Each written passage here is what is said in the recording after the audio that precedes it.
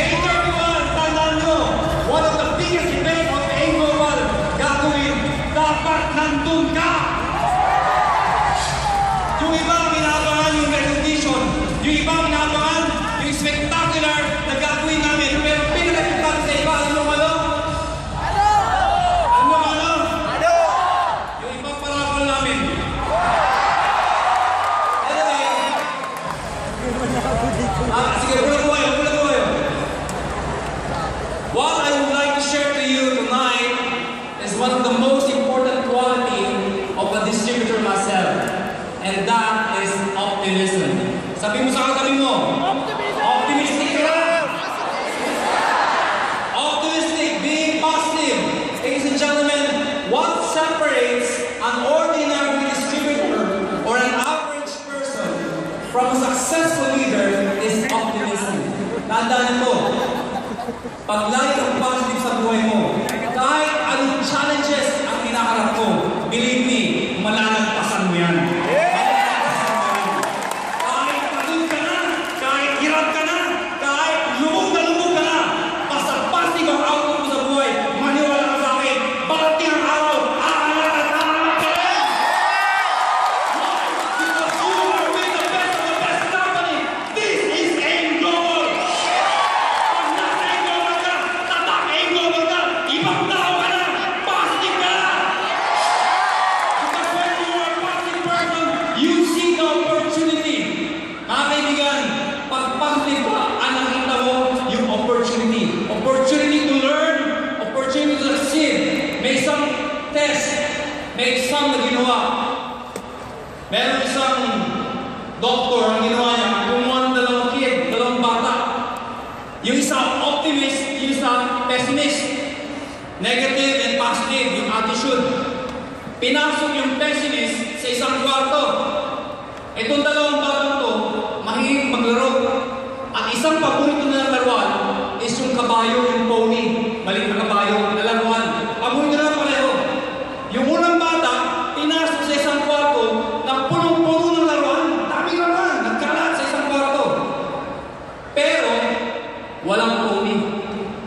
So yung bata, excited. Alam mo, after 5 minutes, lumabas yung bata, umiiyak. So ang tayong doktor, what happened? Why are you crying? Ano sagot niya? Wala yung favorite ko eh. Yung pony, yung maliit na kabayo. Imagine nyo sa dami ng mga gandang laruan, hindi niya na-appreciate. Umiiyak siya dahil wala yung favorite niya. Mga kaibigan, yung optimist, iba. Pagpasok sa loob ng kwarto, mga kaibigan, walang laruan. Nakakala, puro tayo ng kabayo. Sa isang kwarto, puro tayo ng kabayo. Alam mo, after 5 minutes, lumabas yung bata. Alam mo sabi, pahirap ng pala. Anin din pala. Sa dami ng tayo ito, yung simpleng walang kabayo.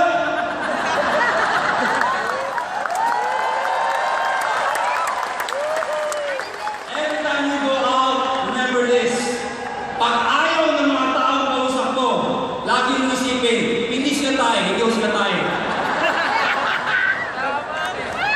In every challenges, there is an opportunity for you to learn. In every obstacles, meron pag-asa. Because para po itong diamond, para isang diamond na hinuhulma ka, para maging ganap ka, na totoong diamond, na para lumabas yung totoong kinang. Yung diamond, para yung kuminang, kailangan niya, kasi ng kapwa diamond. Kailangan dumaan sa matinding process. Mga kaibigan, para po kayong bato. Napaka-ordinaryong bato. Ang AIM Global, parang isang magic box. Pag pinasok ka dito, lahat ka sa matinding process. O pagtatawanan ka, o i-reject ka. Pero kung sabi ko sa'yo, paglabas mo sa box na yan, isang ganap na diamond ka na. Napaka-importante mo. Opportunity. Next is timing. Timing.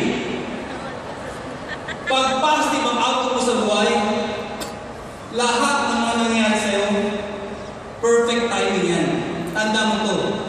You are designed to become successful in life.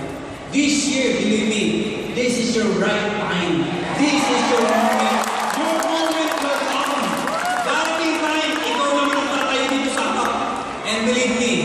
one day, you will stand out. Darating ang panahon, pag dumadating ka, hindi ka pa rin sasalita. Dahil positive ang output mo sa buhay, ibang-iba ka na. Iba ka na mag-isip, iba ka maglakad, iba ka tumingin, iba ka magsalita. Lalo-lalo na, ibang-iba na ang mga tao sa paligid mo dahil nakakahawa sila sa'yo. Ang tanong, nakakahawa ka ba? Naniniwala ka ba sa sarili mo? Naniniwala ka ba you will shine? This year, believe me, you will shine! Your time will come and you will shine! Kung naniniwala ka, tumayo ka! Keep telling you will shine! Ulitin mo, at the top of your voice, you will shine! Good morning and thank you!